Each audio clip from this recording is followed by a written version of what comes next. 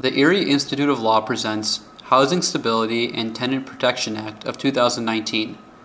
What your clients need to know. This program was presented live on September 10th, 2019. Okay, good afternoon, everyone. My name is John Gorman. I'm a court attorney referee in Buffalo City Court as well as ADR, Supreme Court. I see a lot of familiar faces out here. Thank you guys for coming. It's great to see the interest level. I wanted to just tell you briefly about the new presumptive ADR program that's happening, how that is going to kind of dovetail in with what we do in landlord-tenant court. If you have any questions regarding the program, I'm here for those, but I can also answer anything you may want to ask about the new substantive changes as far as I can with respect to the new landlord-tenant law. So with respect to the presumptive ADR program, the nice thing is about Buffalo City Court and landlord-tenant court is we've sort of been ahead of the curve with that. I've seen a lot of you come practice in Buffalo City Court, so I know you're familiar with our program and how we run things there. We've had some great help with the Volunteer Lawyers Project and NLS with Katie and Caitlin and their staff really taking an active part in trying to resolve cases there without running hearings and causing unnecessary delays. We've got attorneys like Mike Herberger, frequent flyer attorneys who have really bought into the program, which is really important to make it work well. And that's sort of the idea behind the presumptive ADR program throughout the rest of the court system. It's being implemented in commercial, surrogates, civil matters in city court, pretty much any area of the court system other than criminal courts. It's being instituted. So the idea is to try to get buy-in from the bar in all different practice areas, possibly have some earlier ADR process happen, which can sort of unclog and maybe remove some of the backlog, help narrow issues in cases, things like that. So with landlord-tenant court specifically, for those of you who have practiced, I'm sure you're familiar with this form. This is our stipulation form that we've kind of refined over the years and worked with. Joe Darren created it, and we sort of modified it, and now with the changes in the law, we've modified it even further. But this is sort of our template that we work off of to try to have an agreement between the landlords and the tenants as far as mutual terminations. You know, ideally, we can get everyone a mutual termination. It's good for both sides. We have some certainty in the process as far as move-out dates, possibly making sure evictions aren't on people's records so they don't have issues with any type of assistance that they may have going forward. We can kind of tailor these to individual circumstances, which I don't know if everyone's seen, but we've added additional space on the back where we can even tailor this to become more specific depending on circumstances, because the new law has really kind of changed things and sort of changed the dynamic between the landlords and the tenants, and people are still adjusting to it, so it's a little more tense. It's been a little more, I don't want to say a little more confrontational, but it's definitely been slightly more difficult in getting everyone on board with what the changes are and what the state of the law is. So we've got a great panel today. We got Katie Dibble from VLP, who's been wonderful. We got Caitlin Niedermeyer, who's been wonderful with NLS, and Mike Herberger, who is frequently in Buffalo City Court and other courts, justice courts, city courts. So again, I'm here for any questions you may have about the presumptive ADR program. We are in the midst of having our plan for the 8th Judicial District submitted and approved, and the rollout should be happening throughout the rest of the year. So it's going to be different depending on which court you're in. So if you practice in other areas other than landlord-tenant, feel free to ask, and I'll answer to the best of my ability. So with that, I'm going to bring up Mike Herberger, who's our first presenter today.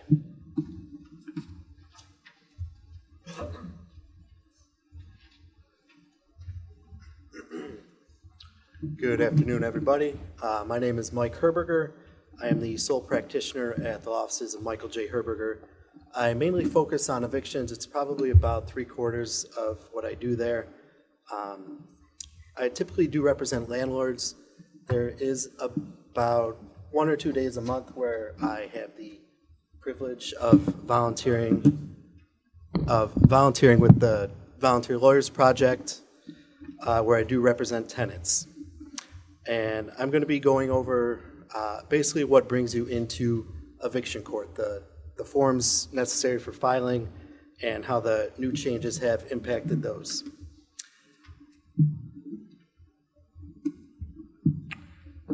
This did go into effect on June 14th. There are some changes that do not go into effect until October 14th. That's mainly for holdover evictions, which we will be covering later. One of the major changes does involve what is defined as rent. Section 702 defines rent as just the monthly or weekly amount charged. Now, this is different because a lot of leases used to state that added rent would be considered, that other fees, such as late fees, legal, utilities, that would be considered as added rent. Section 702 specifically states that notwithstanding any language contrary to a lease, so the amount that you're bringing a tenant to court for is just for what they owe monthly in rent.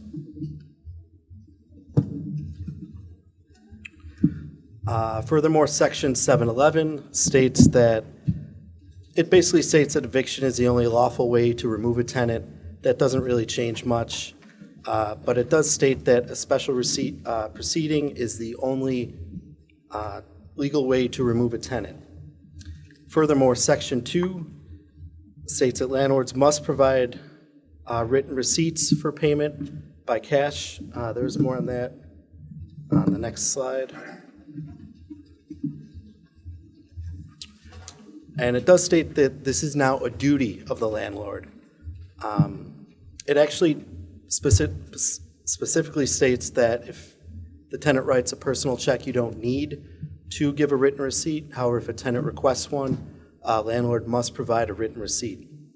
It further goes on to state that on the receipt, you must have the date which the payment was made, the amount, obviously, and also the premises, the property that the rent is being paid for.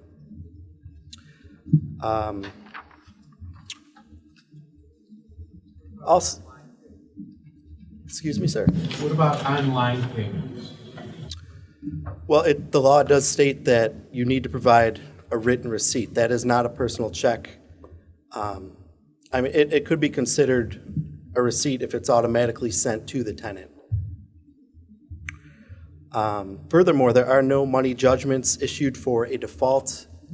For those who don't know, a default is when basically you did everything right, you went to eviction court, and the tenant did not appear. When that happens, the judge or hearing officer would give a judgment of possession. You automatically get that warrant. You could purchase that warrant on that day.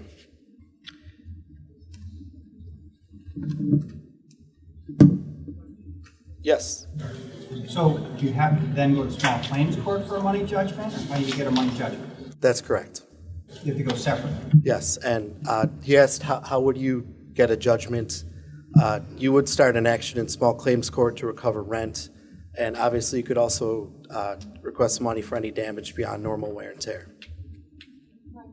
Seems like, unless maybe it changed in the last 20 years anyway, but the thing is huge that says that you cannot get a money judgment even with personal service, because one of the premises that the Lawyer in the Morning program was started is you catch the people before they go in the courtroom. And if they had not been personally served and they were getting out anyway, you'd say, don't go in the courtroom, because then they'll have personal jurisdiction over you for a money judgment.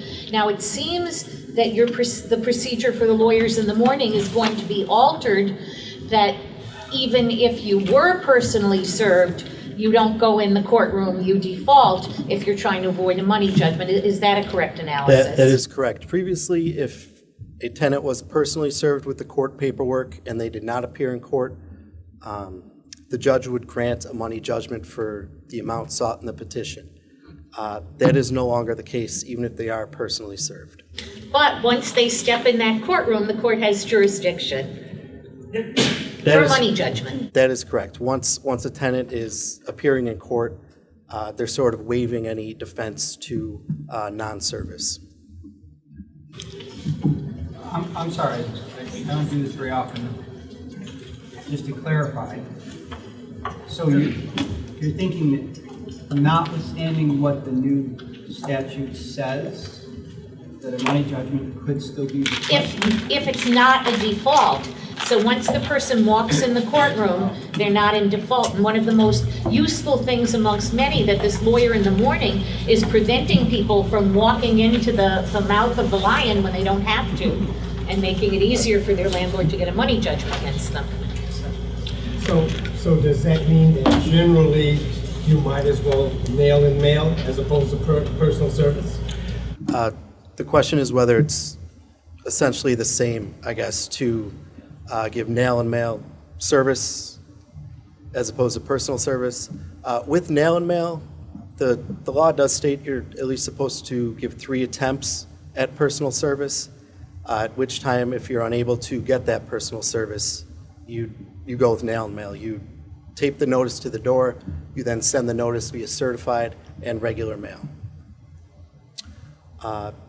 In addition to service of what's now a 14-day notice, there's a new notice which I tell my clients it's just a non-receipt of rent. This is a notice of missed or late rent, and it's pursuant to Section 235. And basically, a landlord just has to give a tenant notice that they did not receive rent. This must be sent 5 days after the rent is due, and it must be sent via certified mail. Honestly, this doesn't come up much in Buffalo City Court. There are some justice courts that do require it with filing, but we don't really see it as a major issue in City Court, at least not yet.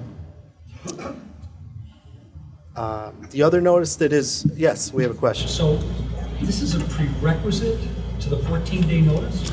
That's correct. This should be this should be sent via certified mail 5 days after rent has not been received. The 14-day notice can then be sent the next day. And the 14-day notice, it replaces the 3-day notice. The only major difference is it's now giving the tenant 14 days to pay or quit rather than the 3, which was under the old law. Furthermore, the statute does require that this is served. The 3-day notices, there was debate, those could be given just verbally, those could be, I've seen them texted to tenants and the courts didn't have an issue with that. The 14-day notice must be served either personal service, which we addressed earlier, or via nail and mail. Yes? 14-day notice is after the 5-day notice has that period elapsed, right? Yes. Well, if I'm under, the question is whether or not the 14-day notice is after the 5 days have lapsed. That is how courts are interpreting it currently. You send the 14-day notice after sending the 5-day. But I think the 5-day is a different time frame. The 5-day is 5 days after the rent is due, whereas the 14-day, you can't do anything until 14 days. So I think aren't there 2 different types of... Well, that is correct. You give the 14-day notice, you're telling the tenant, you have 14 days to either pay your rent, move out, or I'm going to file an eviction against you. The 5-day notice is just, like I said, it's the opposite of a receipt. You're just letting the tenant know, I didn't get your rent yet. And I've not seen it. Can you do both of those like the same day, really? You send one certified mail and then go ahead and start serving. Honestly, I haven't seen an issue with that. I've been telling my clients to just do the 14-day notice the day after the 5-day notice. Yes? 5 days after the lapse of the 5-day or a day after it is served? The day after you send the 5-day notice, you may send the 14-day notice. So if I send it on the 1st, the 5-day notice. Well, Yeah. well, the 5-day notice would have to be sent on the 6th or later of the month. If we're assuming 1 month is owed, correct? Yes. So with the 5-day notice, are landlords supposed to attach this with their written days to their petition? So would it be insufficient if they didn't send the 5 days than the 14 days? So the question is whether or not the 5-day notice is a prerequisite for filing an eviction. In Buffalo City Court, it's not required. The law states it is an affirmative defense of the tenant. We're still kind of figuring out exactly what that means. The way I see it is if the tenant either paid rent or brings rent to court and you have an eviction and there's no 5-day notice, that's their defense. And they may even be able to countersue the landlord at that point. I apologize.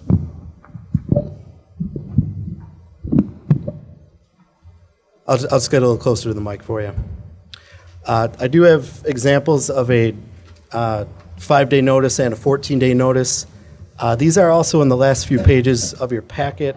I believe pages 33 and 34, right around there. Again, the 5-day notice must be sent via certified mail. You'll get the receipt with that. If you are in a jurisdiction which requires the 5-day notice, you'll add that to the petition, the receipt you get for sending via certified mail. And that's, if anyone doesn't have any, yes? Sorry, what if the landlord doesn't send the notice on the 5th day? Can it be sent late, it's just late, or? Yes, it can be sent, it could be sent a month later if that rent is still owed. But it is a prerequisite to be sent, and it must be sent before the 14-day notice. Yes. Sorry, I think that a lot of people tried to ask you the same question a couple different ways. So this 5-day notice, you send it on day 6, and then on day 7 you send the 14-day pay or quit? That's absolutely correct. Sorry if I didn't make that clear. The question was the time frame for sending the 5-day notice and the 14-day notice. The soonest the 5-day notice can be sent is on the 6th day that the rent is late, and you'd send the 14-day notice the day after that. Yes. So presumably then it's roughly 19 days of notice before action can then be commenced. That's correct. It would be about 19 days after rent was first owed that an eviction may be filed. Yes. The part I missed was a 14-day, has to be personally served or certified. A 14-day notice must be served. It doesn't have to be personal service. It could be either personal or mail and mail. Yes. How do we know what jurisdictions require the 5-day notice? I mean, you don't know. You can call the court to add. The question is about whether, how you know which jurisdictions require the 5-day notice. A lot of the justice courts, a lot of the smaller courts that don't do as many evictions, you call ahead anyway to ask what court date you're going to get. Some of them are up to 4 weeks out. So you would ask the court when getting your court date, when calling. The 14-day notice, if it's being served pursuant to CPLR or whatever, does that mean your mom and pop landlord, if it's in their name, they can't serve, they have to hire a server or get another person, either a professional or a non-related lay server? That hasn't Who been an can issue mail and yet. mail? They can serve. Well, we think they can serve the 14-day notice themselves. Cannot serve the 14-day notice. A landlord may not serve a 14-day notice themselves. It's the same as the petition, which must be served by a process server or anyone over 18 who's not a party to the action. But they can mail the certified mail of their 5-day notice. Yes, that is correct. Where in the statute does it say it? Say what you just said? Because I didn't see that in the statute. I didn't read all of it. For which part? That the landlord can't serve it, because when I called Buffalo City Court, they said the landlord could do it, but still had to do by certified mail, even if they personally served it. Well, that's in the CPLR. That's not specific to the new Tenant Protection Act, that a party of an action may not. 3-day notice has always been allowed to be served by landlords. That's true because they didn't have the requirement of being served. Now a 14-day notice has a requirement that it must be served. The 3-day notice. A 3-day notice it was just a notice. It was not required to be served on the tenant. Yes.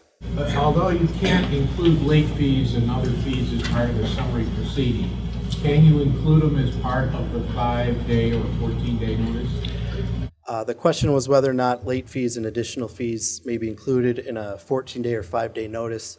You may advise the tenant in the 5-day notice of fees that they owe you. In a 14-day notice, you want to only have rent. And when you're filing your petition and notice of petition, that must only be rent also. Okay, that's all I have. I do thank you for your time. And next up is Caitlin Niedermeyer.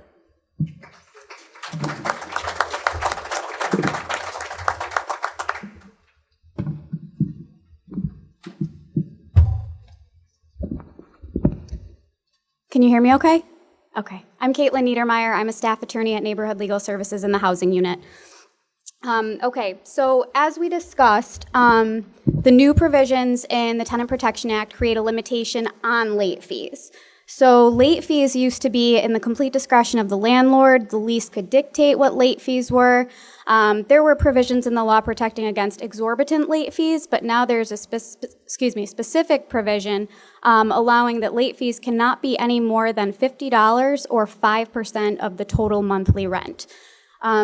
So you may think, why does this matter? As we said before, late fees can't be part of an eviction proceeding, but where this will come up is in small claims court. And the other place this comes up is when we're in landlord-tenant court and we're looking at a ledger to determine how rent payments have been allocated and whether tenant payments have gone toward rent or other fees. When tenant payments have been applied to exorbitant late fees, those payments need to be credited toward rent. Does that make sense? Okay. So they can still keep a ledger though and apply the 5% or the no greater than 50, right? And then say in September bring the action for only rent due that has been credited against the actual rent, correct? So the question was, can the landlord then, still keeping a ledger, take a tenant payment and credit it toward the late fees pursuant to the lease, and then if the rent is not paid, still file an action for rent the following month? And the answer is yes. The fees can be, the tenant payments can be allocated according to the lease. There may be an issue in court the following month if the tenant comes and states that payment was for rent and the landlord applied it to fees. But yes, and keeping the ledger is always a good idea anyway. Are you going to get to attorney's fees included in the lease later, or would this be a time to ask that question? So generally, as Mike had talked about, no fees can be included in non-payment proceedings anymore. Attorney fees are included in that ban, if you will. So whereas a landlord used to be able to recover for attorney fees in an eviction proceeding, a landlord may not do that anymore. Pursuant to the new law, the court papers must be served between 10 and 17 days prior to the court date. This is an increase from the previously allowed 5 to 12 days. Also, under the RPAPL, this new section, 745, creates a provision where if there is a triable issue of fact asserted by either party, that party is automatically entitled to a 14-day adjournment. So previously, the tenant or the landlord could be forced to prove the case the day of court. There was no right to an adjournment by necessity, even if the one party asserted a triable issue of fact. That has changed now. Yeah, question? At the risk of sounding like a lawyer, what's the definition of a triable issue of fact? The tenant is going to say there's an issue, but then the question is the rent paid or is the rent not paid? So the question is, what constitutes a triable issue of fact? A triable issue of fact is going to be, the assertion of whether there's a triable issue of fact is going to be decided by the hearing officer on that date. I wouldn't say that, the court will necessarily in different jurisdictions grant an adjournment just because, but when it appears that there's something that needs to be decided and tried and there's proof that could be brought to determine, the outcome of the issue either way, the court will be lenient in granting that adjournment to either side. Yes? Is the tenant also precluded from asking for attorney's fees if they are successful in the defense? If it's in the lease? The question is, are tenants precluded from getting attorney fees too? We think that as the prevailing party, if the tenant is the prevailing party, the tenant can get attorney fees.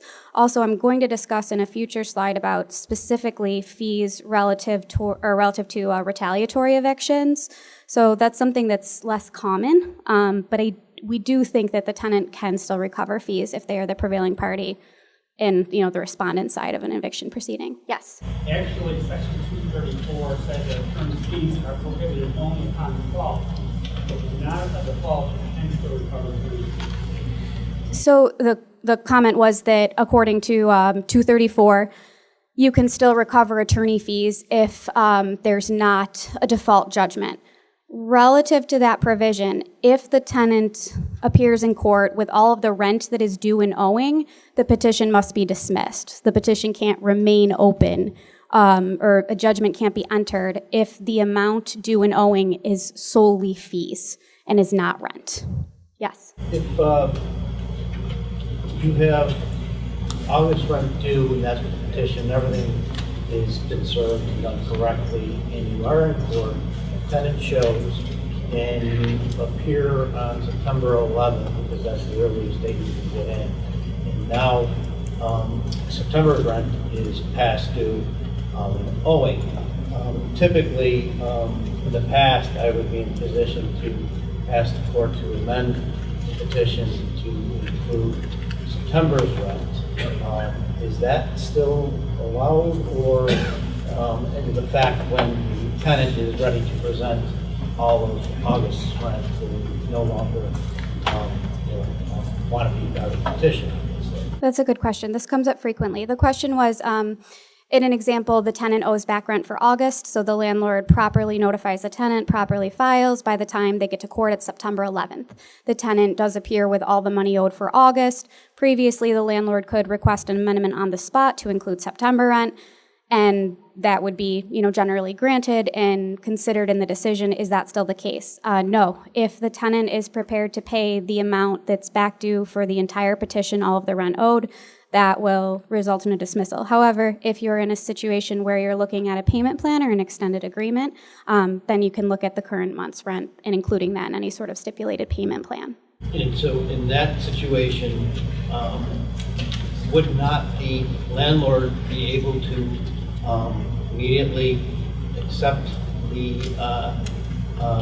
amount and, per its ledger practice, apply the past late fees to that amount and then claim that there's still August rent due and owing?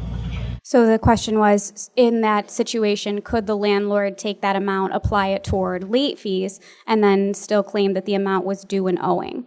Our understanding, and we've talked about that, is no, that the landlord needs to apply it toward the rent and then toward the late fees. And also, if the tenant shows up in court and has the money, the court is going to consider that the rent owed. Yes? In the September 11th exam, the landlord accepts the August rent, can they still get a judgment of eviction for September? Okay, the question was, in the same example that we just had, if the landlord accepts the August rent, can they still get an eviction for September? The answer is no. The landlord would have to serve notice for September, start a new petition, and refile for September. Yes? One last question. Sure. So if in that same scenario, its payment isn't in court on the 11th, but it's received this day on the 10th, why can't the landlord use the same ledger practice and say $150 late fee is being applied to that rent, and therefore there is a balance of $150 due and owing on the 11th? So the question was, same example that we've been using, except instead of bringing the money to court for August rent, the tenant pays August rent on the 11th. Is the landlord then allowed to apply that amount toward fees and say the rent is still due and owing? We believe that in response to a 14-day notice for the rent owed, if the tenant makes that payment for the rent owed, the court will consider that payment for rent, and that it can't be applied generally to the ledger as late fees first.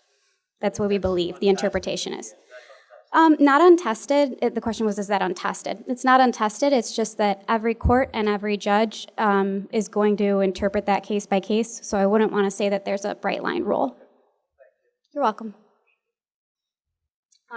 Okay. Pursuant to RPAPL 749, Section 2, the time for which, or the time between when a warrant is served and issued and when it's served and when it's executed has increased from 72 hours to 14 days. So this is a significant increase that came in the Tenant Protection Act. Generally, there is a little bit of a lag time as well in service. So when you're in court, we can keep using the same example that was provided. On the 11th, if the warrant is served on the 12th, that doesn't necessarily mean that you're going to get an automatic execution on the 26th. There's usually a slight lag, especially in the city of Buffalo, with the high amount of traffic in landlord-tenant court. Another part of the law is that the warrant is supposed to state the earliest date on which it can execute.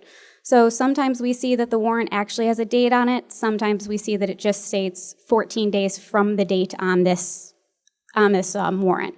But all of the warrants will have at least a date on them and the date that they were served, and should have the date that they will execute. A new provision created by the law, Part 3 of Section 749, is that payment in full of the amount owed prior to execution of the warrant will stay the warrant of eviction. And this is payment in full to the court. So the amount of rent that's owed, or the amount that is needed to stay the warrant, will be set by the court on the court date. Even in the event of a default, there is a record by the court for the amount that will stay the eviction. This can be set after a hearing as well, in which case the tenant and the landlord could make arguments about what is due and owing. The tenant could raise affirmative defenses or warranty of habitability claims, and the court would decide what the fair rent amount is and what's needed to prevent that eviction. Like I said, if the tenant does bring that amount to the court prior to the execution of the warrant, it will stay the warrant. The alphanumeric code for this segment of the seminar is LLT2. You are required to submit this code on the attestation form for verification of completing this tape and for CLE credit. LLT2 is the alphanumeric code for this seminar. I'm sorry? Have you seen that in practice yet? Oh. And what sort of notice do the landlords get when the tenant pays to the court? Sure. The question was, have we seen that in practice, and what sort of notice does the landlord get when the tenant pays? We have seen that in practice. In terms of notice, hang on. Okay, so we have seen more often that tenants pay landlords' attorneys. I'm not sure what steps the court takes to notify a landlord if payment is made directly to the court prior to the execution of the warrant. I'm not sure if the call comes from the marshal's office or the judgment room. I know that when the landlord or the attorney calls the marshals to request the execution of the warrant the following day, the marshals would then say if payment had been made, the marshals would notify at that point, but I'm not sure if there's a prior notice or how that works. Josh? For practical questions, if a tenant wanted to pay, where in Buffalo City Court would they actually go to make this payment? They go to the cashier. So the question was, if the tenant wants to make this payment in Buffalo City Court, where do they go? They go to the cashier right on the first floor to make the payment. The court is aware of this provision in the law and is set up to accept, payment. The clerks understand these procedures and know how to accept the payment, get it recorded on the record so that the warrant doesn't issue in this event. Yes? So,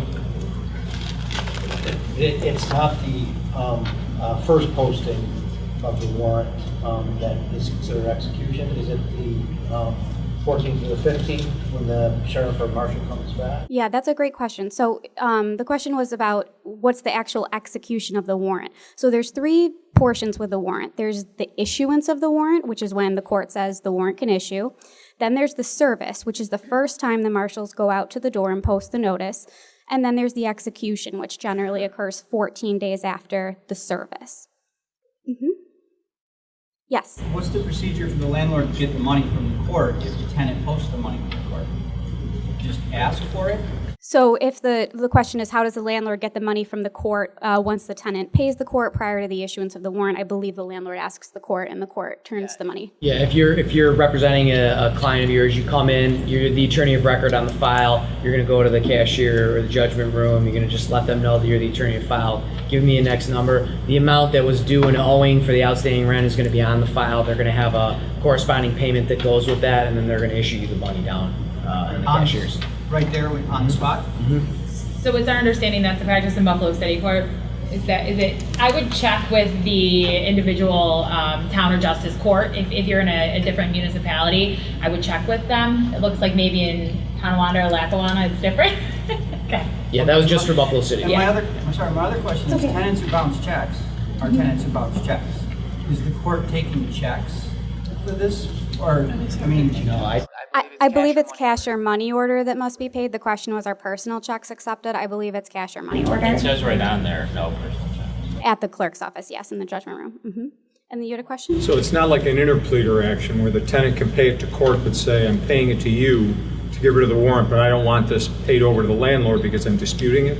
Correct. That's a good question. The question is, does paying the court kind of create an interpleader where the tenant says, I'm going to pay this rent, but I don't want it paid to the landlord. I want it held in abeyance pending a hearing? No, it's a payment to the court that goes directly to the landlord. It's not opening the proceeding again. Yes.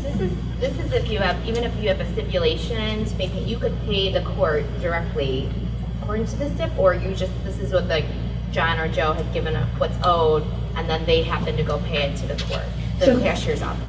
The question is this, are we talking about payments made by stipulation, or are we talking about a separate type of payment? Here we're talking about payments that are made after either a default judgment or another judgment is entered, setting the amount of rent owed to vacate the warrant. So this is generally not something that's going to be included as part of a stipulation. It might not be a default judgment either. It could be a judgment after hearing, but it's not going to be part of a written payment agreement via stipulation. Did you have a question? Yeah, you may be addressing it later, but Sure. How does this new law affect a service on the tenant before 8 days, which means the tenant would have to answer properly in order to avoid a default? So the question was, how does the new law affect service prior 8 days, so the tenant would have to answer? There's actually a provision in the new law that tenants can answer orally at court. So it obviates the need for a written answer prior to court, regardless of the date or method of service. You could use the term default judgment, but there aren't going to be any default judgments. There aren't going to be any default money judgments, but the court, in issuing a warrant of eviction, will set an amount that would purge someone from it. But it's not a judgment, is it? Judgment. So there's two. The question was judgments. Are they default judgments? Now that you can't get a money judgment in a default, what does that look like? What do we call it? There's two different types of judgments. So there's a money judgment, but there's also a judgment of possession. So in the event of a tenant default, what will happen is you'll be looking at a judgment of possession, and on the court documentation on the disposition sheet, there will be an amount indicated which the tenant can pay to have the warrant vacated. So no money judgment, but still a judgment of possession for the petitioner. Just on this 14-day notice, could you, if you were sending a 14-day notice that was going to run into September, let's say, but in your notice you put rent is due for August, and if you fail to pay the rent force due on September 1st, that will also be due. So the question was, if you serve a 14-day notice because rent is late for August, and you state if you don't pay the rent for September, that rent will also be late and due, can you kind of combine the two in one? The answer is no. There has to be, you can ask for 2 months of rent in one notice, but you can't ask for rent that isn't yet due or late, or otherwise circle around the procedure, which requires you to issue the 5-day notice of non-receipt and the 14-day pay or quit. Is there a maximum number of months that you can ask for rent in a non-payment? The question is there a maximum number of months that you can ask for rent in a non-payment? I don't believe that statutorily you're limited for months, but there is the defense of laches. So a tenant can bring up a laches defense when the amount of months asked for is, exorbitant, provides a hardship, no prior notice, or insufficient prior notice. This is a new provision effective immediately when the law was passed, which is June 14th. If there is a utility shutoff or a failure to have utilities due to the landlord, the proceeding is immediately stayed pending restoration of services to the tenant. Additionally, security deposits are now limited. Security deposits cannot exceed 1 month's rent. Previously, there was not a limitation on security deposits and how much could be charged. Yes. On that, if you already got a lease in effect and the security deposit is in excess of the rent, do we have any requirement to return the over?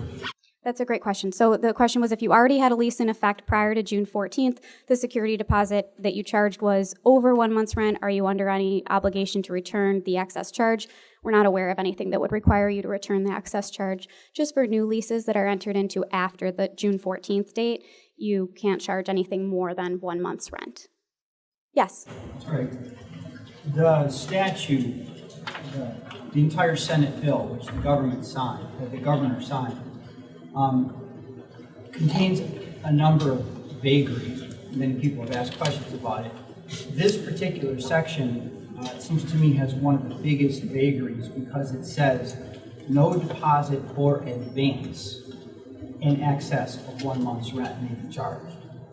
I've been to, I think this is my third seminar, and there seems to be a wide difference of opinion as to whether that just applies to security deposits or it also applies to last month's rent. When you read the rest of that section, it only talks about security deposits. It does not discuss advance rent or prepaid rent at all. So this is my third seminar on this. What is your all panel's interpretation of that particular wording?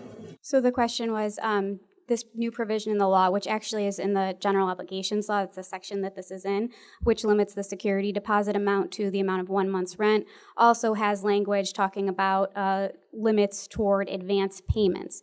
And the question is, does that include charging first month's rent, last month's rent, and a security deposit? It's not explicitly stated. The question has been asked by someone who has attended 3 seminars, and unfortunately, we're going to probably be the 3rd seminar that does not give you a black and white answer on this. I think at this point, we are under the impression that it does not preclude you from requesting first month's, last month's, and a security deposit. We don't know how that will be interpreted. And I looked for case law on this yesterday, and there's still nothing out of the entire state. I mean, it's all still relatively new, but I did look at this issue and several others yesterday, and still no cases on this issue yet. So I think we'll have to wait and see. Yes? Hi, so earlier we said that the 14-day cannot be served by the landlord any longer, is that correct? So the question is, earlier did we say that the 14-day can't be served by the landlord? What it is the 14-day notice has replaced the prior 3-day notice. The 3-day notice had no service requirements. The requirement was actually only that the landlord give verbal notice at least 1 day or written notice, and if written, 3 days notice. When this new provision was enacted, it became a 14-day notice that must be served. So how it must be served is governed by the CPLR the same way any other legal document must be served. You have to kind of, it's 2 provisions. It's 711 of the RPAPL and then going to the CPLR for service requirements for legal documents.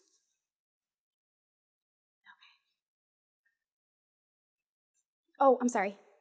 So with the security deposit being 1 month, typically you see in a lot of leases where there's an extra deposit if you have pets or an extra deposit if you're smoking. So those are out the window now? The question was, typically with leases, you can see an extra deposit if there's pets or an extra deposit for a smoker or other conditions like that. Are those out the window now? Our understanding is that it's still legal to charge a pet fee, that is separate from a security deposit. I will say if the rent is $1,000 and you're charging first month's, last month, $1,000 security deposit and $1,000 pet fee, probably going to have a hard time getting tenants, but I don't believe that it's illegal to charge a separate pet fee or things like that. You know, there's still a lot of freedom with construction of the lease. Yes? So it sounds like you're making a distinction between a pet security deposit and a pet fee. So the landlord could charge a fee for having a pet, but not add on an amount to the security deposit because they have a pet. Correct. So the question was, the distinction between a pet fee and a pet security deposit. I'm not sure. I guess in calling it a security deposit, it would be an issue if the entire security deposit, including a pet security deposit, exceeded 1 month's rent. But for a landlord to charge a security deposit equal to 1 month's rent plus a pet deposit or a pet fee, we believe that that is still legal. Yes? A lot of leases, or leases that I'm familiar with, will have an internet fee or other service fees, and we've always considered those as rent. So where are we with that? Okay, so the question was, a lot of leases have other fees such as cable, internet. Those have always been considered added rent in these leases. Where do we stand on that? According to the new law, those fees cannot be recovered as added rent in an eviction proceeding. That your remedy for collecting fees like that is still in small claims court. Yes. I just want to clarify that issue regarding pet. Mhm. So pet security deposits you think would be not appropriate? No, the question was, do we think pet security deposits aren't appropriate? I wouldn't say that they're not appropriate. I would just say that if the security deposit is exceeding 1 month's rent, that's not likely to be held legal under the new law. We do still think that it's okay to charge a pet deposit separate from the security deposit, excluding service animals, and of course, but relative to just pets only, we do still believe that it's okay to charge a separate deposit, but we haven't seen this play out yet. How about a pet, a monthly, you referred to a monthly pet fee. Would that be a fee that's then not recoverable in the summary proceeding? So the question was, what about a monthly pet fee? Is that recoverable in a summary proceeding? No, it's not going to be recoverable in the summary proceeding because it's not part of the base rent. Yes. Does this security deposit provision apply only to residential or also commercial? That's a good question. Does it apply only to residential or commercial as well? Both? The question was, does the security deposit provision apply only to commercial or residential? We believe it's both. It's codified in the general obligations law. Well, I did notice reading the Senate bill that became the law, it specifically says this only applies to residential rental units. Okay, so we have an attorney who's saying that he's read specifically that it only applies to residential units. I have seen conflicting guidance on that, so I'm not sure. Yes. Looking up things on the phone, only an individual can sue in small claims court. So how would a corporate landlord sue for their rent if they've evicted their tenant? How would they sue their rent for the rent and the pet fee and The question was about suing in small claims court after the fact. You don't have to be an individual to sue in small claims court. So a corporation can sue in small claims? Correct, a corporation can sue in small claims court. Yes. I think it's called commercial claims. It's like small claims, but it is a horse of a different color. So thank you. So the clarification is it's commercial claims for a corporation that's suing, similar to small claims, but slightly different procedure and name.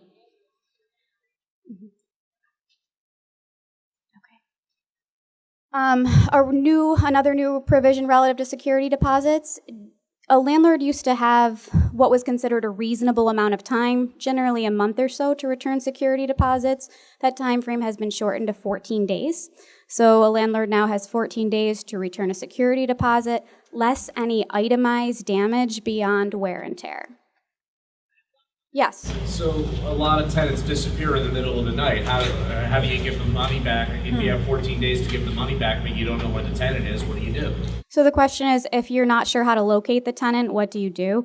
In that situation, I would suggest retaining the security deposit until you can reach the tenant.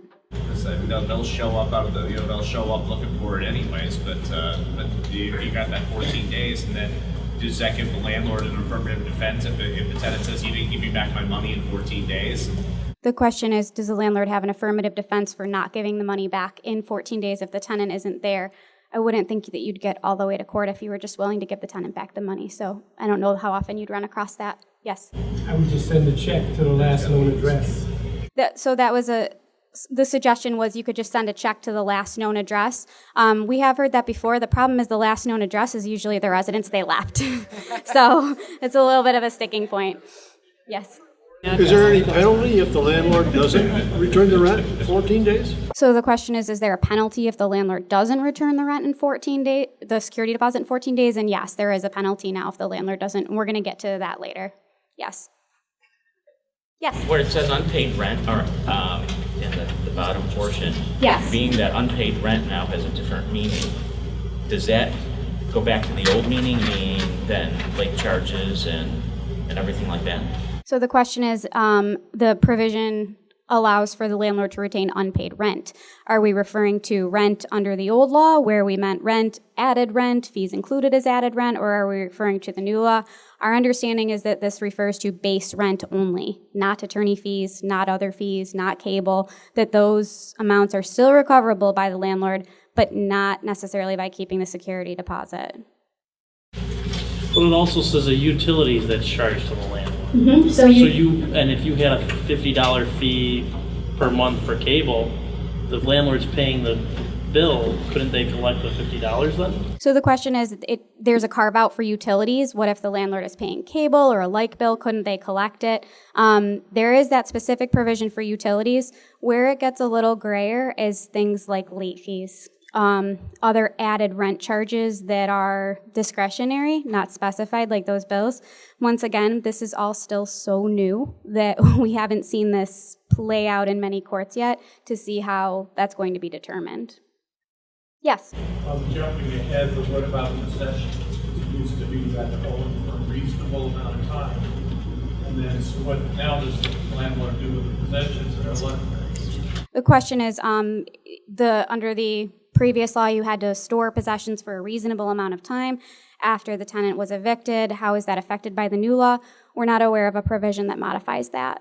So the general rule is still that a landlord must store or keep in a safe place or hang on to the possessions for a reasonable amount of time following the eviction. What's a reasonable time? What's a reasonable time? That's the million-dollar question. Generally, that's been construed to be about 30 days, but reasonableness will depend on things like, did the tenant tell you that they were coming back to get the possessions on a certain day? You know, if the tenant had arranged for movers on day 32 and, you know, the landlord didn't hold on to them, that might not be construed as being reasonable. If the tenant made no efforts to get the possessions, you know, that's another factor that would count toward reasonableness. But generally, it's been construed to be about 30 days. Yes?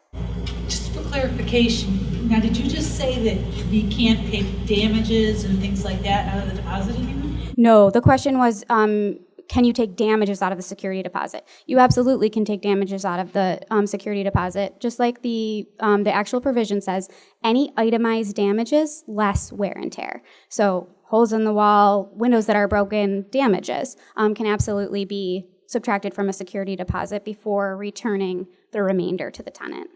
So it's just the additional fees that you can't keep from the deposit? The question is about, is it just the additional fees then that you can't keep? That is our understanding, that you can subtract the rent and the damages the same way you always have, but the discretionary fees, possibly not.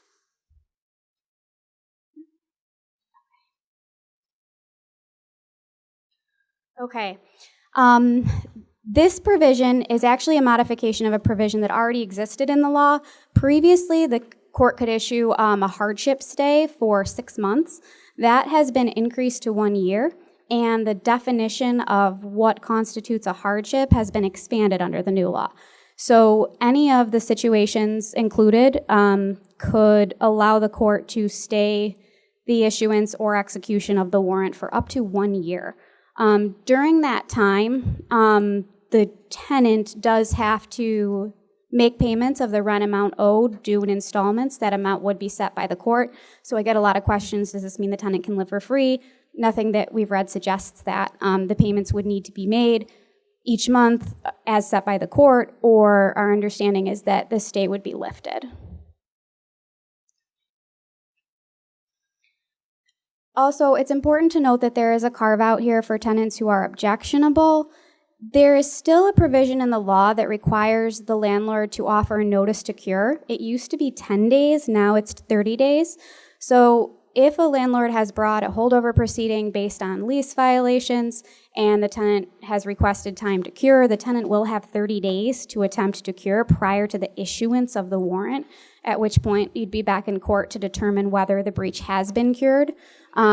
So it's not to say that the new law requires landlords to have to rent to tenants who are engaging in patently objectionable activity. Crime, drugs, things like that are obviously a carve-out. Yes? Notwithstanding any provisions in your lease, so a lot of my leases say we give you a 5-day cure period. If you don't, then we will begin eviction proceeding. Is that notwithstanding any provision in the lease? It has to be 30 days? Correct. So the question is, notwithstanding a provision in the lease, does it have to be 30 days? So if the lease says we give you 5 days to cure or 10 days to cure, do you still get 30 days when you get to court? The answer is yes. You still get that 30-day time frame to cure. Is this depositing rent to the court? I'm sorry. It says, shall be granted upon the condition that the occupant deposits the entire amount of such installments as the court directs for the rent during the stay. But where are they depositing the money? Is the court becoming the rent collector? So the portion that says the tenant must deposit the rent as the court directs, that's literally going to be determined by the court where the rent should be deposited. Is it so contentious that the landlord and tenant can't even agree on whether rent is collected? Is it some sort of automatic deposit method that can be traced? Or is the need for the court to intervene? Is there a need for the court to intervene? That will be determined case by case. Okay, we talked about utilities being off before. There's also a new presumption that it is a retaliatory eviction by the landlord if an action is initiated within 1 year of a tenant's good faith complaint to an agency regarding conditions. This prior this provision only included a 6-month protection for tenants, and it was for complaints made to governmental agencies such as the health department or other agencies that serve a similar function. What's new under the law is that it now is a 1-year protection period, and that a lot of other agencies are included as kind of safe harbors for tenant complaints relative to conditions. Basically, what you're looking at is an express approval of the warranty of habitability, which had already existed implied, but now an express provision relative to the warranty of habitability.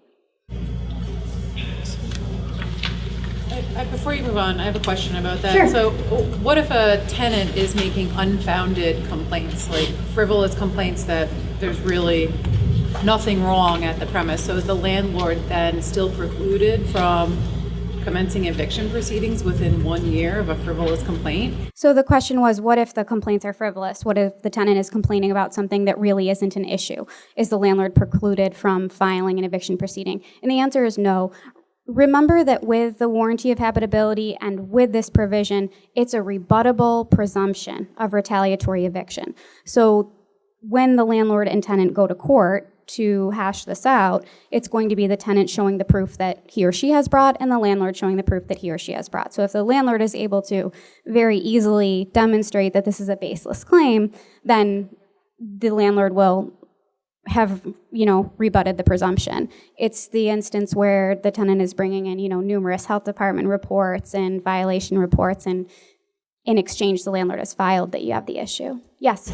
Is there an obligation on the court or the petitioner to establish whether there has not been any notices complaints within the past year, or is it you just rely on the respondents to raise the issue?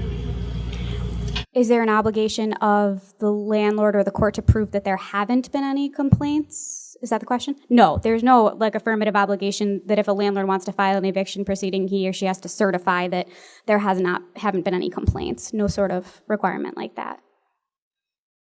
Yes? If a tenant retains an attorney to help advocate for restoration of habitable condition, would that trigger that 1 month period or 1 year period? Sorry. So the question is, if a tenant retains an attorney to help address the bad conditions in the home, does that trigger a complaint that would offer the 1 year protection? I believe that it would. Mm-hmm. Yes. If the tenant is withholding all rent for months and months for complaints they have, and with that, how do you, what triggers the 1 year, and then do you have to wait a year of them not paying anything? The question is, sure, the question is, what if the tenant is withholding rent? Do you have to, wait a year just because the tenant has started complaining and withholding rent?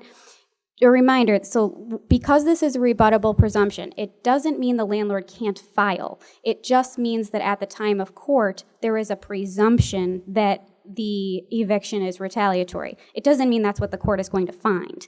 It still has to be demonstrated. In your example where the tenant is withholding rent for several months, obviously the landlord has been put on notice, but if the conditions have been addressed and the tenant still doesn't pay, then that is the defense you bring up to rebut the presumption of retaliation at the time of the hearing. Okay, I'm going to turn it over to Katie.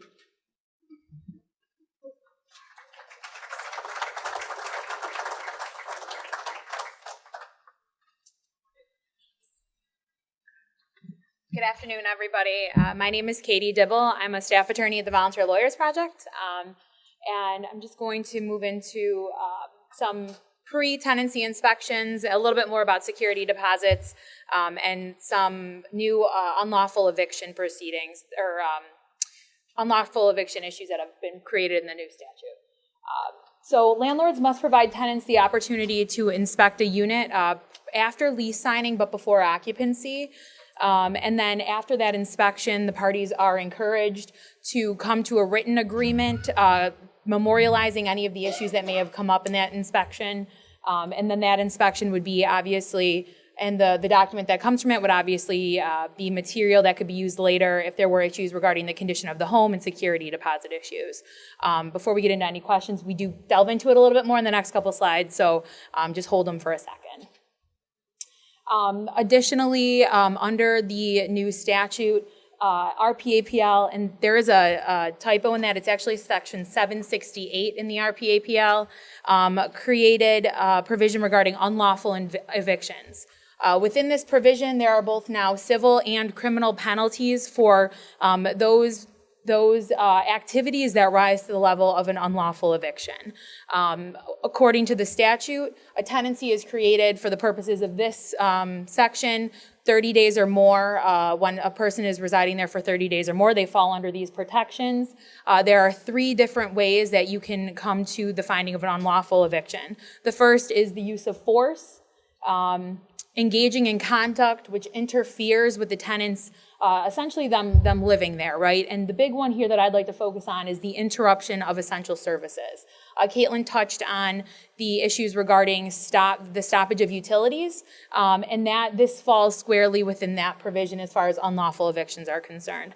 If a landlord is charged with the provision of those utilities and those are stopped for some reason that are of no fault of the tenant, then you are looking at potentially facing a claim of an unlawful eviction as the tenant cannot reside there any longer. Obviously in Buffalo, that's specifically relevant in the winter when it comes to the interruption of gas, electric at any time, any of the basic utilities where the landlord is charged with the provision of those and those are interrupted, you would look at section 768 regarding authority for that.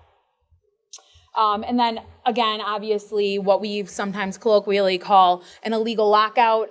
There's no self-help for landlords in New York State. So obviously absent a court proceeding and a court order, a landlord is not entitled to try to take possession of property by ways that are not from the court. So there's no changing of locks, no locking somebody out, no taking their keys, anything like that. Under the new statute, the Tenant Protection Act, there are now both criminal and civil penalties. If there's a finding of guilt for any one of these, it's actually up to a Class A misdemeanor.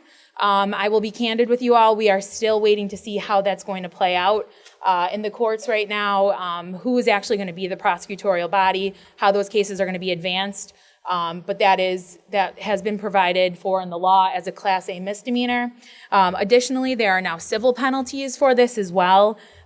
Pursuant to Section 768, there is a minimum of $1,000 penalty and a maximum of a $10,000 penalty for a violation of one of these, as well as daily penalties if it's found that the landlord is not correcting or curing the defect or the problem. Going to move now to a little bit more about security deposits. I know we've touched on a lot of the issues by way of your questions and hypotheticals, but again, the security deposit or an advance, as the statute says, is not to exceed 1 month's rent. We are still waiting to see how advance is going to be defined, but right now we are construing it as at least the security deposit in the first month's rent. Again, the entire amount is refundable to the tenant, so long as it's not being held for unpaid rent, utilities that are charged to the landlord, damage above normal wear and tear, and the storage, movement and storage of the belongings, which would come up in that question that you had asked before. If there are fees associated, obviously, with storing a tenant's belongings, you would look to the security deposit for that as well. We're going to talk about some inspections that are performed both before the tenancy and after the tenancy. Pursuant to this amendment to the general obligations law, a landlord shall offer a tenant the opportunity to inspect the property prior to moving in. It can be after the lease is signed. However, before occupancy, the landlord is to advise the tenant of the opportunity to inspect the property. At that time, the tenant should be vocalizing any issues they see with the property. The party should be memorializing these issues in a written document, and that should be produced prior to occupancy. When it comes to the security deposit, this document is obviously going to carry weight regarding the conditions that were present at the time that the tenant took residency in the property. The statute also indicates that that document, this memorialization of the issues in the house, could potentially be used later in a court proceeding. Say there was a question about what conditions were present and what the security deposit is being held onto for. There's also now, as there has always been, but now they've expanded upon the right for an inspection at the time the tenant is leaving. So once the tenant indicates that they are terminating the tenancy, or the landlord indicates that they are no longer willing to continue with the tenancy, the party should do another inspection of the property. This inspection should happen no more than 2 weeks before the tenant's going to leave, but no less than a week before the tenant's going to leave. So that second last week the tenant is there, the party should also be doing a walkthrough, checking on the condition of the property, hopefully coming to an agreement on what the condition is and the state of the property at that time. Under the statute, it's a 48-hour for inspection. I will say this, the stipulation that we use in Buffalo City Courts is 24 hours. Quite frankly, the way we counsel our clients, I'm sure everybody does, is whatever's practicable for the party, so long as it fits within that no more than 2 weeks and no less than 1 week window for the parties to get that together. Again, this is some more on the nuts and bolts of how the security deposit return works. I'm going back to the inspection for a moment. So you're saying you got to inspect before they moved out, not after they moved out? Correct. So according to the amendment in the statute, it has to happen no more than 2 weeks before they move out and no less than 1 week. The parties, ideally, with 48 hours notice, are supposed to go through the property and inspect the property together so they can come to a mutual understanding of the condition. So then all the damage that you're moving out, you can still put that on your sort of security deposit report. I think best practice for all parties would be to know exactly what it looked like on move-out day, but the statutory requirement right now is that window. Again, as we discussed, that security deposits are to be returned within 14 days of vacature. What's going to be important is that tenants are giving timely notice of when they are vacating the property. For any of you who represent tenants, it's obviously best practice for them to notify the landlord immediately when they're out. And again, for the landlord to inspect the property upon the tenant's vacature. Within 14 days, the landlord is to either produce a document to the tenant indicating why the security deposit has been held, or they are to return the balance of the security deposit. Again, the reasons it can be held are back rent, the utilities, damage, and moving and storage. It often occurs that the tenant won't let the landlord come in to the premises to do an inspection or anything else. What do you do with these things? So long as the timely and appropriate notice is given to the tenant, the landlord is entitled to that inspection as well. Yeah. How is the landlord protected with the tenant vacating the premises and doing damage vacating? I mean, that would be the same as, there's nothing in the Tenant Protection Act that changes anything in that regard. I mean, if there is damage that's recorded by the landlord upon him or her taking possession of the property, as long as it's substantiated, it would appear that it could be deducted from the security deposit, and as long as it's provided the proof to the tenant, that would be the place to record that. So nothing about this inspection that needs to happen no later than 1 week before move out. Nothing prevents the landlord from doing another inspection after the tenant moves out, and nothing prevents the landlord from making claims against the security deposit for damages. It's just that when we see these, I am guessing at legislative intent here, when we see these walkouts between tenants and landlords prior to move out, there are less disputed issues because there's a walking together and a memorializing of the conditions, and we don't have as many of those instances where there are heavy damages or disputes after the fact. But this requirement doesn't eliminate the landlord's right to make claims against the security deposit for substantiated damages that occur after the walkthrough. Because the landlord is still holding the security deposit at that time. Correct. They don't need to, again, give the security deposit back until 14 days, within that 14-day window after vacature. So it's just, quite frankly, I think the practical implication is that under the new law, we are going to see probably an uptick in small claims because of the limitation on fees that are recoverable in the petition. And this is, I think, a way for us to put everybody in the best posture going into those small claims. You're talking about these notices that have to be given to the tenant, that the inspection has to occur within 14 days, but not less than 7 days. Is that an affirmative obligation that the landlord has to send a separate notice, or can the notice simply be contained within the body of the lease? So that it's there in the lease. Upon your vacating, you shall be entitled to a 14-day but not less than 7-day notice. Please contact the landlord to make arrangements within that time frame.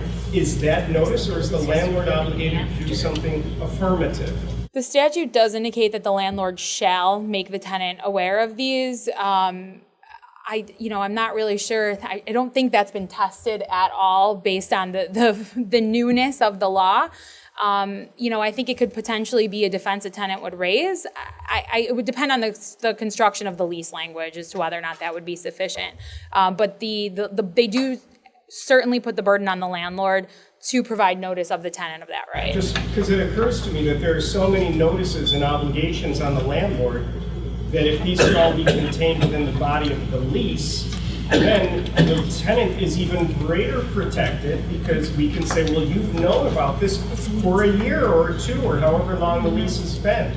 So it kind of alleviates the burden of the landlord, who maybe makes a harmless error, but it also could be under the guise of, hey, we're helping the tenants by notifying them of their rights a year in advance. And I apologize, I didn't reiterate the question before. The question is whether or not we can capture some of these obligations of the landlord in the lease language as to whether or not the security deposit and the inspection, when those can occur and when those are recoverable. My common sense answer is that in some of these, and often the situations we see, they're month-to-month tenancies and they're not set dates. And a year lease, you probably could identify a date certain in the lease that would say this is when the inspection is to happen. But in our everyday tenancy situations, we're not working in a date certain period. And personally, I think best practice would be for the landlord to identify a date in writing to the tenant as a way to cover themselves for any impending claim by the tenant. If you look at the language, it says within a reasonable time after notification that either party intends to terminate, then the landlord shall notify. So you can't you could put it in, but I don't think boilerplate language in a lease or even a sheet handed to the tenant when they first move in would carry the day. This is supposed to be triggered by people moving out. And I think looking at this in a macro way, which we won't have time to today, and it's a shame, there's something going on here.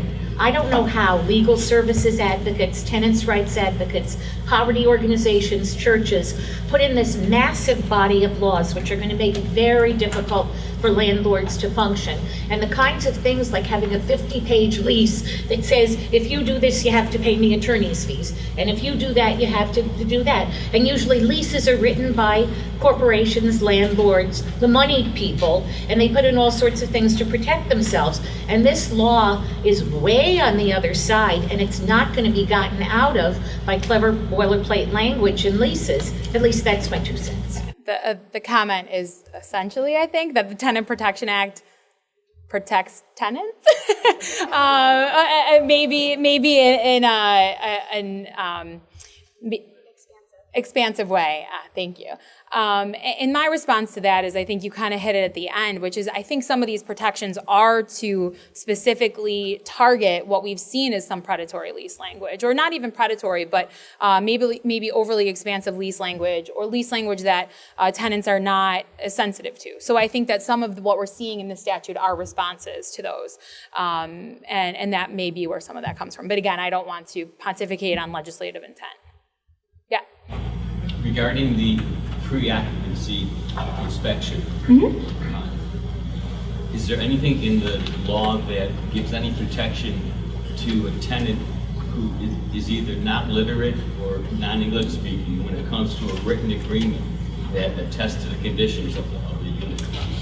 I'm not aware of any specific protection for a tenant that is unable to I guess generate that document. I don't know what pretend. I mean, that would probably honestly require the service of something outside of an attorney if they really needed help with something like that's more of a wraparound service. But I'm not aware of any provision in the statute that deals with that. Is there envision that both parties are signing that agreement? I mean, ideally, it does become a written document that the parties are agreeing on, and to codify and memorialize what took place in that inspection. I don't think that the legislature probably accounted for every tenant, so I don't know that there's any added protection for that. Just getting back to the recovery of security deposits, what's important is that the burden is on the landlord to prove the reasonableness of any amount deducted from the security deposit. So like we've discussed, obviously rent is a fairly objective amount now based on the new definition of rent. However, if it comes to something like wear and tear or damage above wear and tear, or those utilities that we were talking about, the landlord is going to have to show that the amount that deducted was reasonable. With utilities, my answer would be it should probably be the amount of money reflected by the utility and not a fee built in. For damage, that's going to function very much the way it has before. If there is damage that the landlord had to fix, the onus is now affirmatively on the landlord to prove that that was reasonable. It's important to note that they did create provision for penalties now for a violation of this section, both actual damages as well as punitive damages. And I believe the punitive damages are up to 2 times the amount of the deposit. So if there is a finding that a landlord wrongfully withheld a portion of the security deposit, cannot substantiate that it was reasonable, was for something not contemplated by the statute, there are both damages and penalties now.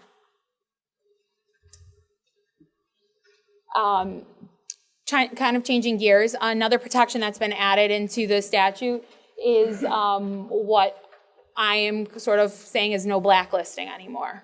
Not to say that it was a practice, and quite frankly, I think the statute really is directed more downstate where they use tenant search bureaus and things like that, but under the statute now, it is affirmatively stated that landlords cannot deny tenancy to a prospective tenant based on their involvement in a prior court action.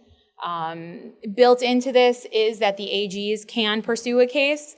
The penalties are anywhere from $500 to $1,000. I think the statutory construction of this provision is important. If you look at it, it prevents investigating a tenant through one of those bureaus. It also discusses the inspection of court papers or court documents to determine whether or not a prospective tenant was involved in a proceeding. And it says that there will be a rebuttable presumption that the denial was based on that prior court proceeding if that comes to light. I guess this is probably be something more for like how the opportunities may equal, but I've been advising my landlords to take out any questions on any applications about have you ever been evicted before. What do you think about that? Because of the construction of the statute, I mean it's fairly clear. I would say not to use, my inclination is not to use that language. I don't represent landlords. I don't know if Mike has a... No, I have been advising my clients the same, to remove that question. Isn't there a problem with the section? Because if you're a landlord and you're actually in the process of evicting that same tenant, that this says you cannot refuse to re-rent to them based on the fact that you are evicting them? Isn't there a problem with that? So the language is a previous or current landlord and tenant matter. So in your situation where, doesn't this create a problem for a landlord who's trying to evict a tenant and doesn't want to turn around and re-rent? That's not based on a previous landlord and tenant matter. My understanding in your example is that's based on something in the landlord-tenant relationship, as in the past I've contracted with this person and they haven't paid rent. Or in the past I've rented to this person and they put holes in my property. That's not discrimination based on a previous landlord and tenant matter. So it's not, in your example, those legitimate reasons would prevent the landlord from re-renting to the same exact tenant without invoking the discrimination based on a previous L&T matter. It does say current though in the sentence up there. Right, but so the question was, it says current, but that doesn't apply if there's another valid reason. I think there's also a distinction to be made between whether or not they were involved in a matter and whether or not there's like a substantive reason why you would not re-rent to them. If they owe you money, that's different than their involvement in a prior landlord-tenant matter. I mean, I think in some ways it's analogous to the arrest situation. So, any of us could walk out the door now and get arrested even though we're perfectly innocent. Any of us could have an eviction proceeding brought against us even though we're not at fault. So it's not the proceeding, it's, whether there's a substantive basis for not renting. Right. I don't think it's just the existence. And again, a rebuttable presumption. That's has come up. They have built those into the law. Again, it is a protection to tenants, but it's not an absolute bar on anything. It's important to focus on that. And I think, again, in your example, it's not just the mere existence of a matter. It's the actual substantive issue of they owe me money or they damaged my property. They are being evicted for a substantive reason. I think that would turn on that, personally, is my understanding. Or they were previously evicted because they were dealing drugs in vast amounts under the tenancy of the prior landlord. It would seem in that example that you have something other than the involvement of a landlord-tenant matter potentially to cling to. If there was, some type of criminal behavior you were observing for you to be aware of that. I think that that doesn't necessarily solely rely on a landlord-tenant matter. What about in the case of like a managing agent that manages a bunch of different properties that may have different ownership interests, but they're kind of sister properties, So you've got personal knowledge from a sister property where the person is now applying at another property that you manage. I think that would kind of go along the same lines as the other hypothetical or the other question, which is that it's really talking about the mere existence of a court or of a landlord-tenant matter, an issue with the proceeding. It's not talking about substantive reasons why you would not potentially rent to that person. I don't want to speak, like actually Josh identified, I don't want to speak to anything that home would probably be a better agent to speak to, but as a lawyer, my reading of it would be if there's a substantive reason that you have a reason to have personal knowledge of, that's very different than saying, I'm not going to rent to you because you're wearing purple shoes. I think that that's what they're trying to differentiate between. Again, because of the newness of the statute, we're doing a lot of guessing at interpretation and intent, but that's where I would draw the line. Do we have... So the typical credit report would include a lot of information, including whether or not there's a landlord-tenant litigation in the past. But your judgment is going to be based on a lot of things. Right. How would you document that you're not basing it on that? How would you document that you're not basing it on the landlord-tenant issue, but maybe on some other credit issue? The question is that if you run a credit report, which you're still allowed to do, there is a limitation on the fees that you're allowed to charge, $20 for that, that may have information including the existence of a prior eviction matter. And how would you say that you weren't focusing on that and that wasn't the reason? If there is a valid reason for you to deny a tenancy, I think the fact that there are other issues that may potentially run into this provision, that you obviously still have a reason to not, as long as it's a legal, non-discriminatory reason for not extending a tenancy. I don't think the fact that they have a prior L&T matter prevents you from denying that tenancy. I think it's just basically flagging it, as Ms. Andriette said, which is you can't just deny because of the existence. Where there are substantive reasons, there are substantive reasons, and the statute doesn't speak to that. And again, even where it discusses inspection of court records, it just says that it's a rebuttable presumption that you denied the tenancy because of the information found in those, but you are rebut away, in that situation, rebut that presumption. Are there any people here from either Buffalo Municipal Housing or a big not-for-profit complex? Because I'm wondering, there may be little guys caught up in it, but in a macro way, again, if Buffalo Municipal Housing, what kinds of credit checks do their applications ask? What if Buffalo Municipal Housing evicted a family 2 years ago? Are they allowed to look back at that? And things that might affect not one or two people, but that might affect hundreds of people. I don't know if we have anyone in the audience. So she's asking if anybody in the audience has any experience with the larger housing units or complexes, and how this information would impact your screening. Is that your question? Yes, exactly. Yeah, I think that a lot of these questions are probably best suited for home to kind of advise. Yep. It's probably not enough because it's governed by HUD regulations. He was just saying that probably HUD regulations would govern a lot of those screening procedures. Okay, now we're going to get into some of the delayed provisions that are coming into effect in the next couple of weeks, mid-October. That has to do with provisions regarding the increase of rent and the termination of a tenancy, which we then would see in the holdover proceeding forum.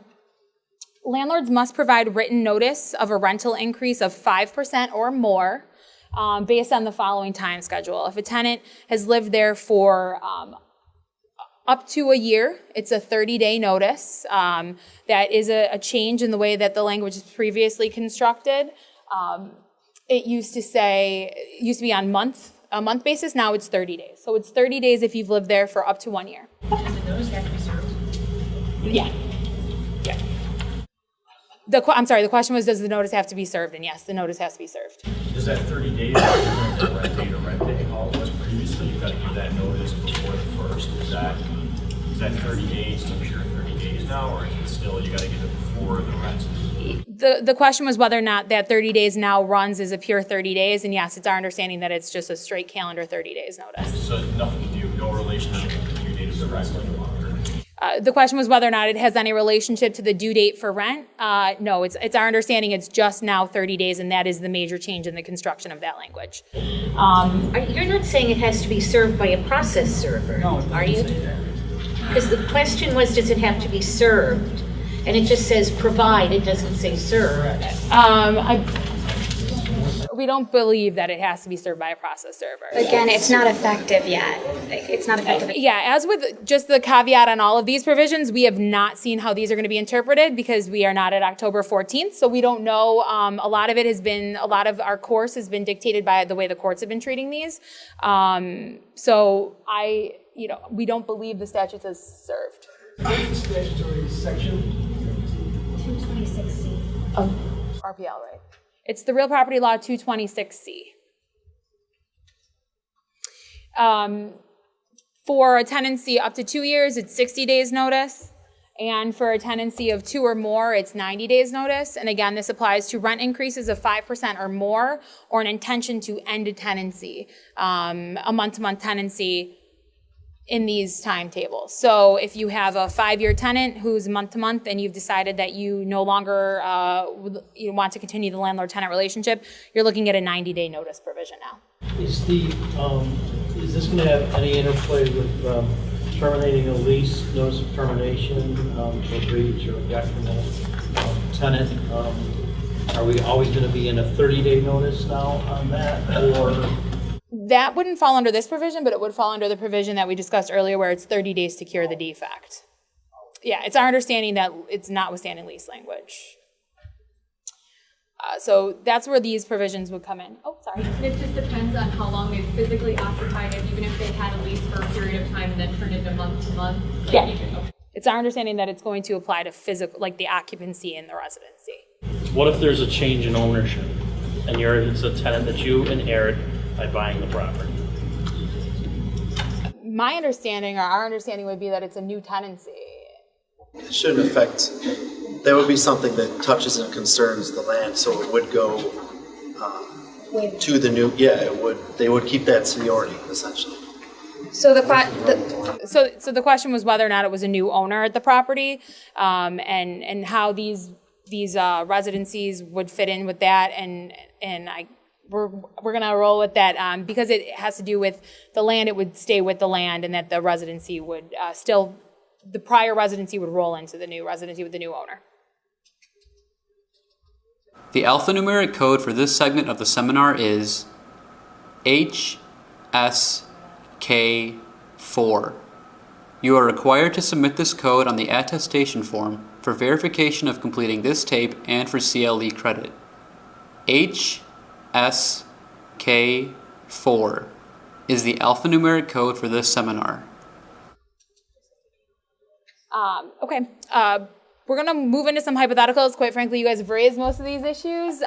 Before we move into the hypotheticals, I just wanted to make a couple comments, which was part of the expansion of landlord-tenant law is going to be that Neighborhood Legal Services and Volunteer Lawyer Project are actually going to be expanding our Attorney of the Morning program into Lackawanna starting the first week of October.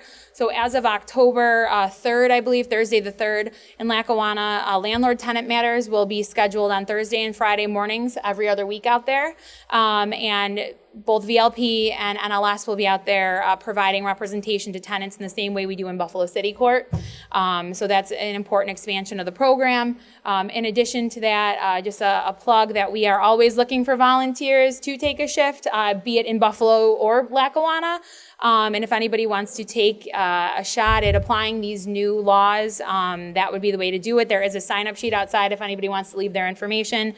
We would be happy to onboard any new volunteers to give a shot at these new laws. I think I saw. It's kind of the same thing.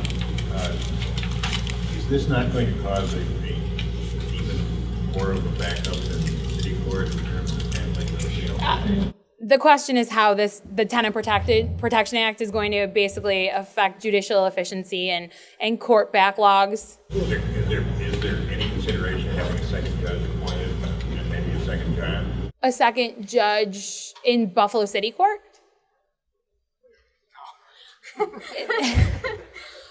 That I would not be privy to that information.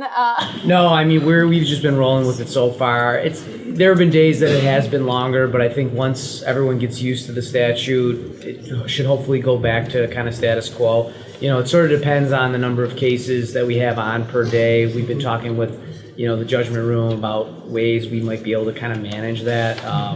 But right now, there's no additional resources to add staff or anything like that in city court. It's just going to be Joe and I, status quo. And I think the important thing on that is to kind of come full circle with presumptive ADR, the move towards settlement, the use of the stipulations in Buffalo City Court. There really is a focus on reaching a resolution that takes into account all of these new provisions and getting people to a mutually agreeable and acceptable resolution of these things. So I think the efficiency ties into those considerations, really. Okay. We want to take a stab at the hypotheticals. This is just a typical non-payment hypothetical. Jane Doe is a single mother of two who's been renting an apartment in the city of Buffalo. She signed a lease. She moved in 10 months ago. Her rent is only $600 a month. Jane lost her job in August. She was unable to pay September.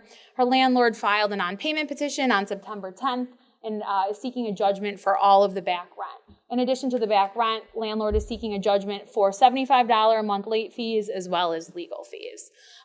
So how we analyze this under the new law is a little bit different. Some of the considerations that we would be looking at is what are the types of predicate notices that would be required in this hypothetical?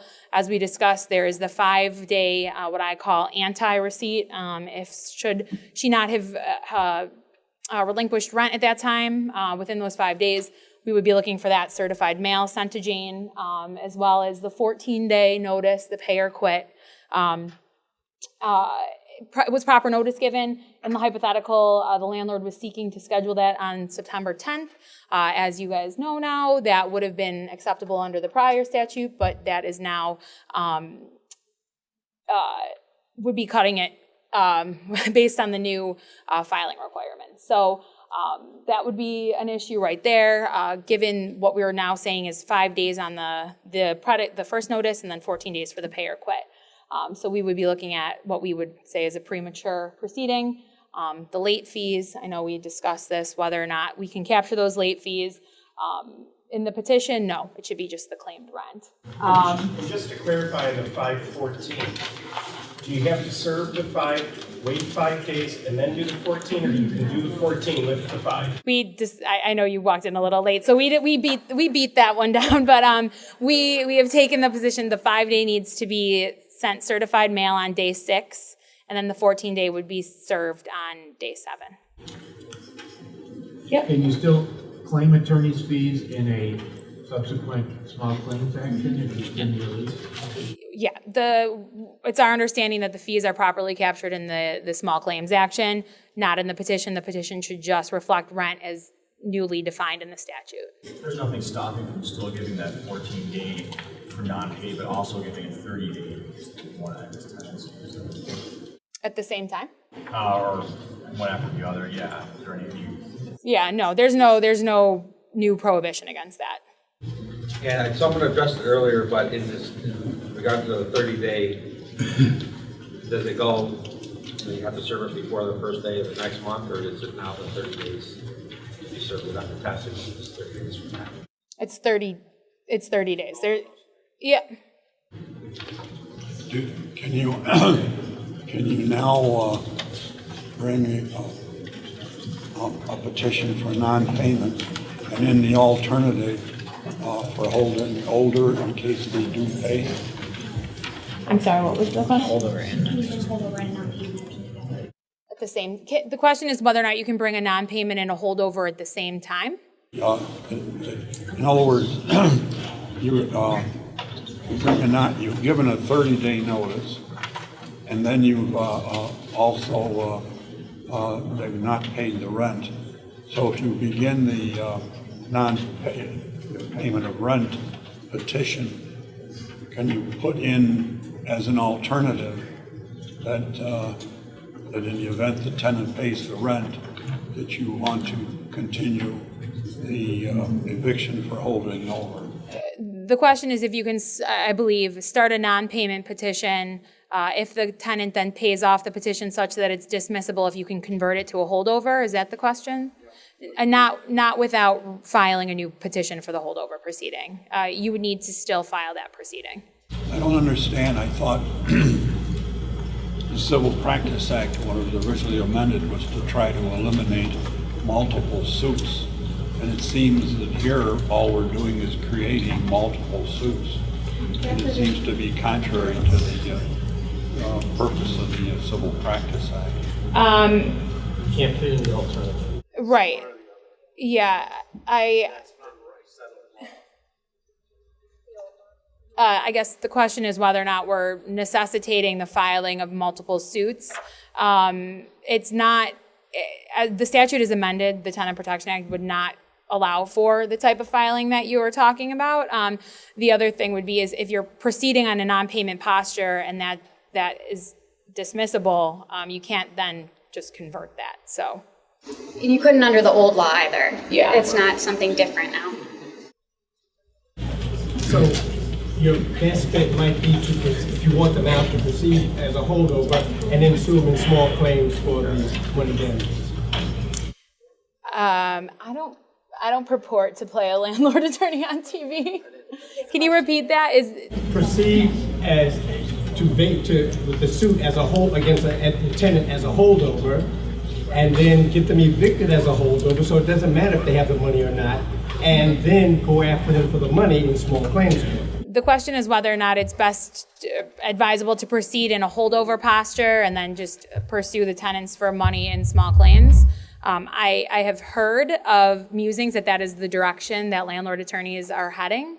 Correct, yeah, and that would be your best legal remedy for recovering any damages. Holdover would be your quickest way to secure the property, to obtain any damages owed, would be a small claims matter. Would it be proper to serve information subpoena right there at the date of the eviction at the court? To obtain the tenant's information for the small claims action? Because oftentimes they move away and you don't have, you can't find them in sort of a small claims. Yeah, I don't know. What'd you say? The question was whether or not it would be advisable to serve an information subpoena. Quite frankly, I've never seen that done, so I don't know if that's something that I've never seen it.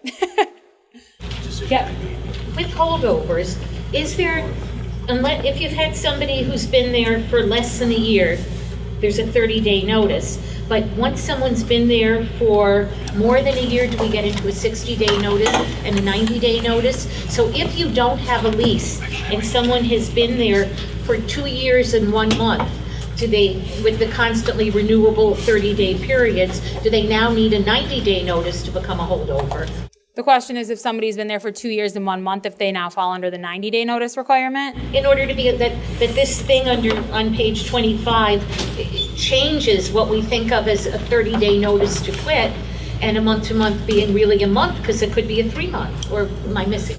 No, it's still a month-to-month tenancy, but yes, this now changes the time frames of a notice to terminate, which is, it's saying for a month-to-month tenancy, if the tenant is, depending on which category they fall in, that is now the notice to terminate provision. And just so you know, a tenant can still give a 30-day notice if they want to vacate. Yeah, John, that's 232B, right? Correct. And in that section, it allows the landlord and the tenant to terminate. They deleted landlord, so a tenant can terminate on 30 days notice. Correct. Right. That's The landlord can't. So are you saying that this 30, 60, 90 references a lease? The statute does say lease, doesn't it? It says month, or it says month-to-month tenancy. In the statute? I believe it says month-to-month tenancy in the statute, yes. And here's an or. When you go into 60 and 90, they have the word or.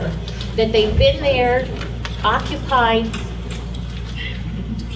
for more than, or has a lease term of more than a year.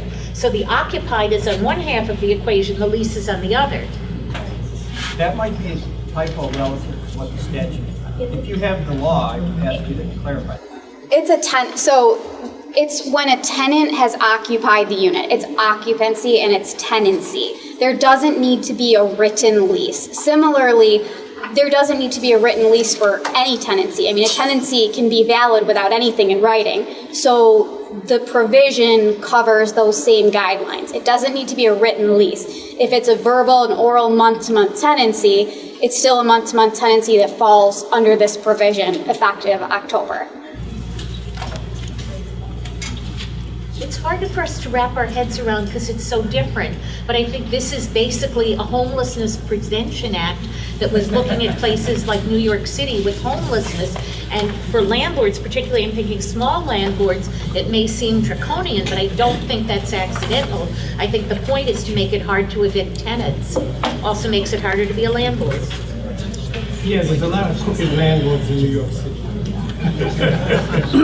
Are we in general questions? Yeah, I guess we can open it up to any more general questions. We've sort of deviated from the hypotheticals.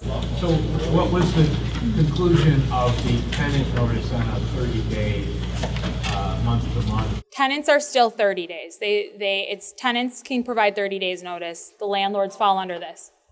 The question was, what was the conclusion on how much notice a tenant has to give? It's 30 days. Yep. This is got to go that 30 days. It used to be, if anybody's done a lot of landlords in there, it was always, you got to give it before the rent's due. Full rental. Yeah, because the problem with this, what you're saying with the pure 30 days, if somebody notifies, even the landlord, I'm going to tell somebody I want you robbed by the 15th, then what does that tenant owe to? It's just half a month's rent, and vice versa. That tenant tells the landlord, hey, I'm getting out of here, I'm telling you October 15th, I'm out November 15th. What do they owe? I mean, this has always been a full month notice, so I find it really hard to believe that's changed to just any random day. So the question is, since this provisions regarding holdover and notice, it used to be 1 calendar month prior to the date rent is due. Now that it can be any day of the month, how do you resolve issues like how much rent is owed to that point? Is that correct? The question? Okay. So that's not explicitly resolved by the statute. the logical implication is that the amount of rent owed is the amount of days per occupancy. So if the notice is from the 15th to the 15th, that would be half a month's rent. However, that's not specifically delineated in the statute.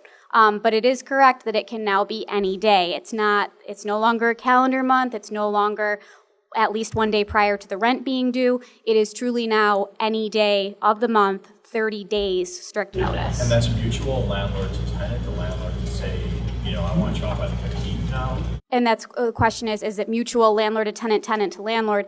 It is mutual, except remember the 30 days, it becomes 60 days or 90 days, depending on the length of the tenancy, effective October. Yes. So I read that a little bit differently because the predicate part of it is about non-renewal of a lease, which I guess could also be a month to month. And so you're talking about giving them notice that you're not going to extend the tenancy. And so it seems to me as though you have to, if the tenancy right now is going till the end of September, it's too late to give them 30 days notice that we're not going to extend that tenancy. And so, on a month to month. And so it might be that you could have given it on September 1st now, which is the big difference. But because it's talking about the non-renewal, I don't think that it can fall, that you're giving it in the middle of the month and in the middle of the month. So I believe the comment was trying to determine whether, or I guess analyzing the difference between non-renewal and intent to terminate, whether, non-renewal would then follow the dates of maybe the given lease. So if you moved in, on the 1st of a month and your lease was set to terminate on the 31st, does notice of non-renewal flow that way, as opposed to just giving any random date in the middle of the month? That would make sense, that non-renewal, like a 90-day notice for a tenant who's been there 6 years, would flow the same way as, the date the lease was signed, but it's not clearly delineated. And again, no cases on this because it's not effective yet. So when it becomes effective in October, we'll probably run into these issues. But there is, definitely a difference between termination of a lease and just non-renewal of a lease that has a set end term as it is. If we've done a 30-day notice to vacate the premises by October 1st, and we serve that before the 1st of September, we're not going to get into court until October 14th at the earliest. Are we still able to go with that 30-day notice that we used under the old laws? So I think the question is, if you serve a 30-day notice to vacate on August 29th for September 30th, and you can't get into court until the beginning of October, 10 days past year. So you don't have to do the notice of the rent receipt. So you could be in court by about the 11th. Your question is the notice still? But let's just say we can't get into court until the 15th. Great question. Okay, so his question is, are we under the new provision or are we under the old provision? We're under the impression that, in the way that the law is written, that it's for actions filed on or before the effective date. So if your action is filed prior to the effective date, then you fall under what is current at that time. If your action is filed afterward, you fall under what's new at that time. Yeah, for all the provisions in the statute, it's commencement, and the commencement is defined as the filing of the petition. So that is the triggering date that they've used in the statute. I think we're pressing our time, so as you guys head out, we'd like to thank you for being here, for all your questions, and we'd like to thank Volunteer Lawyer Project for lunch as well. Thank you, everybody.